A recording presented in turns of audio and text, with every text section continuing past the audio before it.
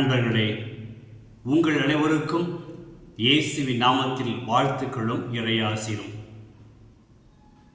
இன்று அக்டோபர் மாதம் 5ஆம் தேதி 2025 பொது காலத்தின் 27ஆம் ஞாயிறு. இன்றைய நற்செய்தி பகுதி லூக்கா நற்செய்தியிலிருந்து எடுக்கப்பட்டிருக்கிறது. 17ஆம் அதிகாரம், அந்த வார்த்தைகள் 5 முதல் 10 முடிய. ஒரு நம்முடைய வாழ்விற்கு அடிப்படையான மகத்துவமிக்க அற்புதங்களை படைக்கிற, நம்மை வாழ வைக்கிற அடித்தளத்தை பற்றி இயேசு பேசுகிறார். இயேசு தன்னுடைய சீடர்களை எங்கு சென்றாலும் அழைத்து சென்றார். சீடர்கள் அவர் பேசியதையும் போதித்ததையும் அற்புதங்கள் செய்ததையும் பார்த்து கொண்டே வருகிறார்கள். இன்றைய நற்செய்தியில் சீடர்கள் இயேசுவை பார்த்து, எங்கள் நம்பிக்கையை மிகுதியாக்கும் என்று ஆவலோடு கேட்டார்கள். இதனுடைய பொருள் என்ன?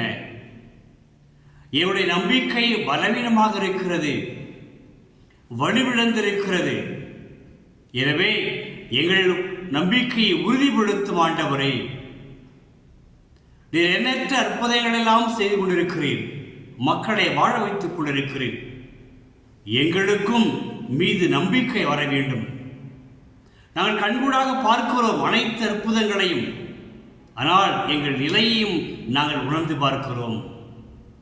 எங்களுடைய நம்பிக்கை இன்னும் எங்களுடைய குறைவாக இருக்கிறது என்பதை ஒப்புக்கொண்டார்கள் சிலர்கள். தங்கள் நிலைமை ஒப்புக்கொண்ட சிலர்கள் இயேசுவை பார்த்து அவளோடு கேட்டார்கள், எங்கள் நம்பிக்கை மிகுதியாக்கும். சரிங்க, நம்பிக்கை நாம் கடவுள் மீது வைப்பதால் யாருக்கு பலன்? கடவுளுக்கு பலனா அல்லது மனிதர்களாகிய நமக்கு பலன் கிடைக்கிறதா? நாம் கடவுள் மீது நம்பிக்கை வைப்பதால் கடவுளுக்கு எந்த விதமான பலனும் கிடையாது, பயனும் கிடையாது. ஆனால் மனிதர்கள் கடவுள் மீது, இயேசு மீது நம்பிக்கை வைக்கிற பொழுது மனிதர்களாகிய நாம் பல்வேறு பலனை அடைகிறோம். நாம் வாழ்வை பெறுகிறோம், உடல் நலத்தை பெறுகிறோம், தெளிவை பெறுகிறோம், மன ஆறுதலை பெறுகிறோம், மன சுகத்தையும் பெறுகிறோம், உறவுகளை பெற்றுக் கொள்கிறார்கள். இப்படி மனிதர்களாகிய நாம் கடவுள் மீது நம்பிக்கை வைப்பதால் நாம் பெறுகின்ற அடைகின்ற பலன்கள் ஏராளம். சொல்லிக்கொண்டே செல்லலாம். அடிப்படை தேவை உறுதியான உள்ளார்ந்த அந்த நம்பிக்கை. இயேசு மீது நம்பிக்கை வேண்டும். நற்செய்தியிலிருந்து ஒரு சில நாம் நிகழ்வுகளை பார்ப்போம்.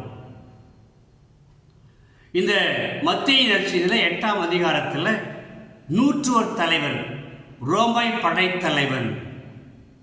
அந்த ரோமை படைத்தலைவனுக்கு எல்லா அதிகாரமும் இருக்கிறது, படைபலம் இருக்கிறது. ஆனால் தன்னுடைய ஊழியருக்காக வருத்தப்படுகிறான்.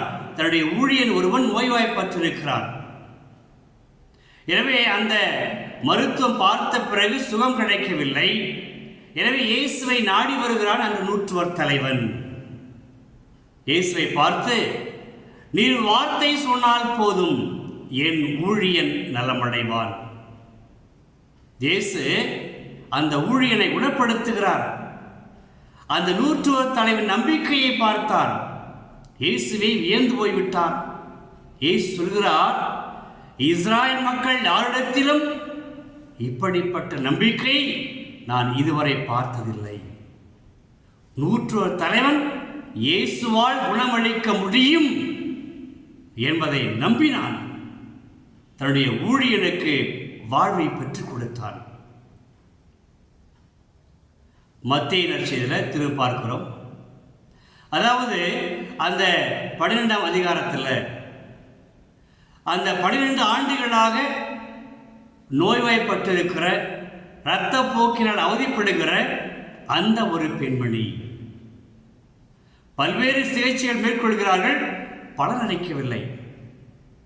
அந்த நோய்வாய்ப்பட்டிருக்கிற அந்த பெண்மணி வந்து இயேசுவின் ஆடையை தொடுகிறாள். தொட்ட உடனே அவள் நலம் பெற்றாள். இயேசு திரும்பி பார்த்து அந்த பெண்மணியை பார்த்து சொன்னார், உமது நம்பிக்கை உம்மை நலமாக்கிற்று. அப்ப எந்த அளவிற்கு தன்னுடைய துயரத்திலிருந்து நான் விடுபட வேண்டும் என்று அந்த பெண்மணி ஏங்கி தவித்திருப்பார்.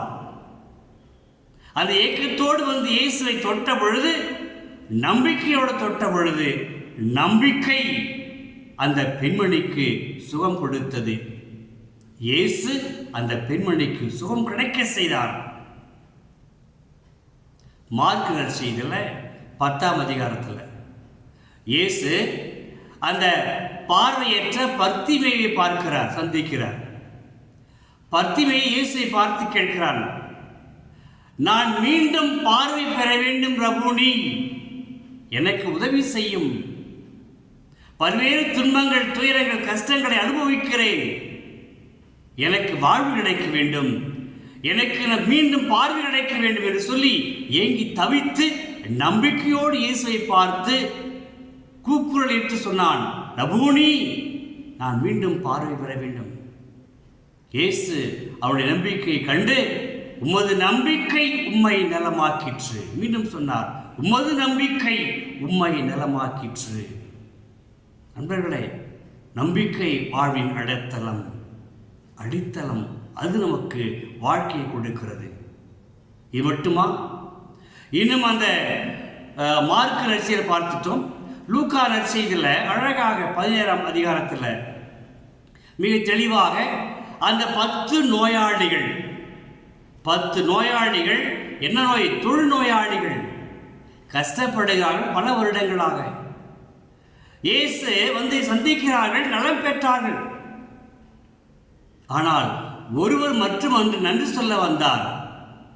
அந்த நன்றி சொல்ல வந்த அந்த குணம் பெற்ற தொழுநோயாளியை பார்த்து இயேசு சொன்ன வார்த்தைகள், உமது நம்பிக்கை உம்மை நலமாக்கிற்று. நண்பர்களை சிந்தித்து பார்ப்போம்.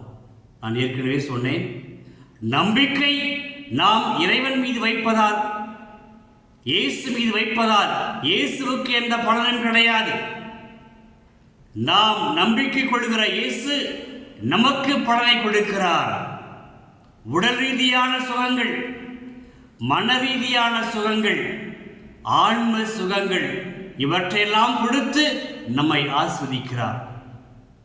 நம்பிக்கையோடு நாம் இயேசுவை நாடுகிற பொழுது தனிப்பட்ட வாழ்வில், நம்முடைய குடும்ப வாழ்வில், நம்முடைய குடும்ப உறவுகளில் இயேசு அவருடைய ஆசிரை பொழிந்து நம்மை எல்லாம் வாழ வைக்கிறார்.